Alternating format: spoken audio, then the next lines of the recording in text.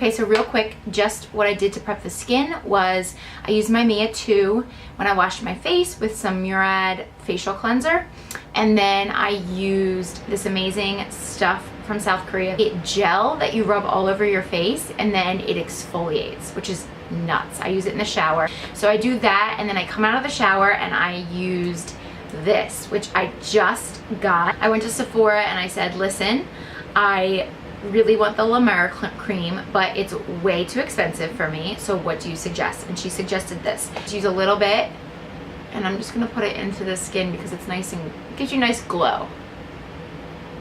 I already have concealer on from my eye look. I get super dry right around here, so I want to focus the cream right there. I had bought the Naked Skin foundation and it was way too dry for me. I don't know why, because I thought that maybe since it was like a lighter coverage, the concealer is really nice on me. It's not too drying at all. I thought maybe the foundation would be the same, but it's not. So I had to return it right away. I tried out and bought the BECCA foundation. This is the Ultimate Coverage Complexion Cream. So I'm super excited about this one.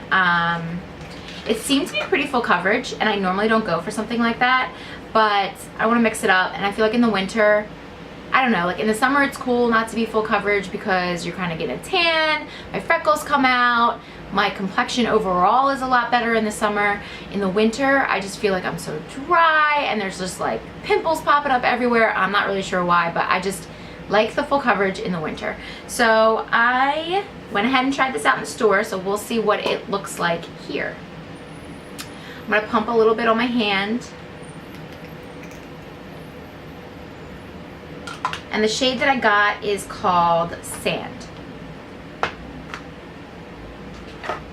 So I'm gonna try this in two ways. First, I'm gonna get a brush and I'm gonna try and blend it out with like a brush like this, which is super dense. So I'm gonna just get a little bit like this.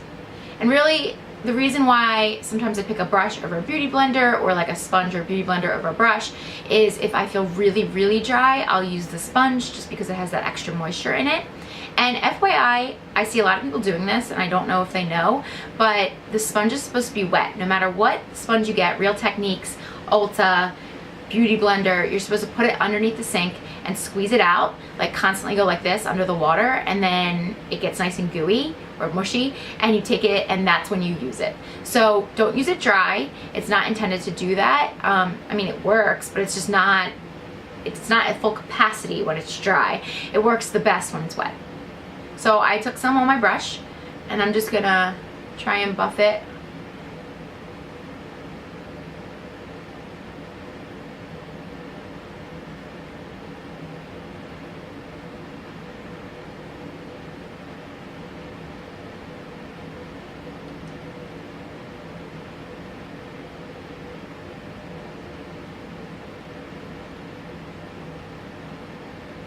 I think this looks pretty good with the brush.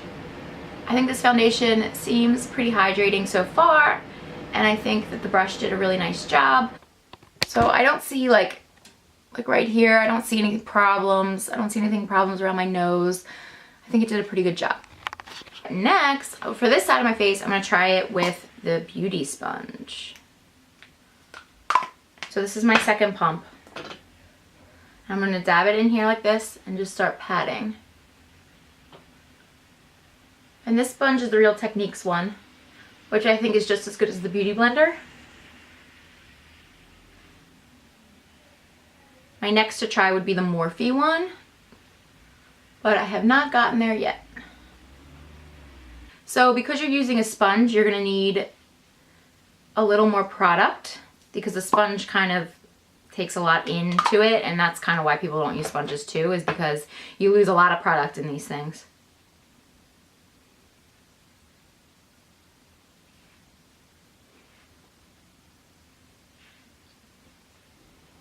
Okay, so I would actually say I probably like the brush better than I like the beauty sponge for this.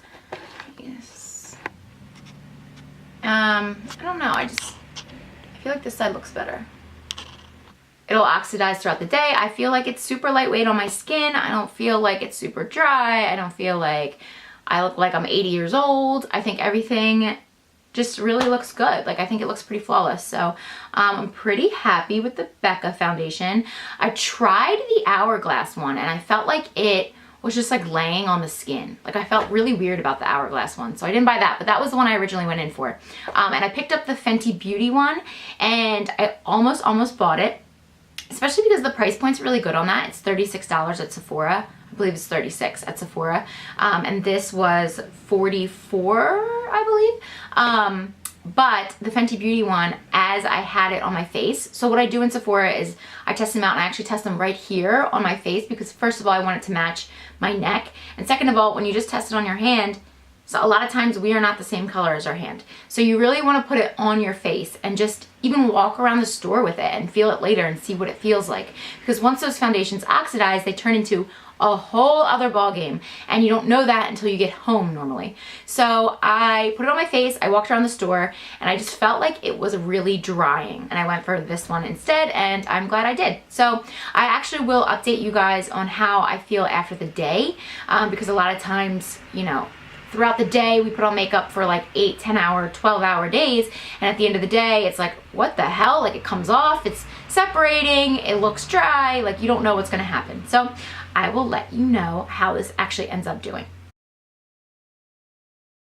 Just an update on this BECCA foundation. It's laying so nicely. It's this one that I talked about. Where is it? It's this one that I talked about. It's laying so freaking nicely. Let me try and zoom in. Like, look at that. It's pretty flawless, no? Once it oxidized, it actually looks really great.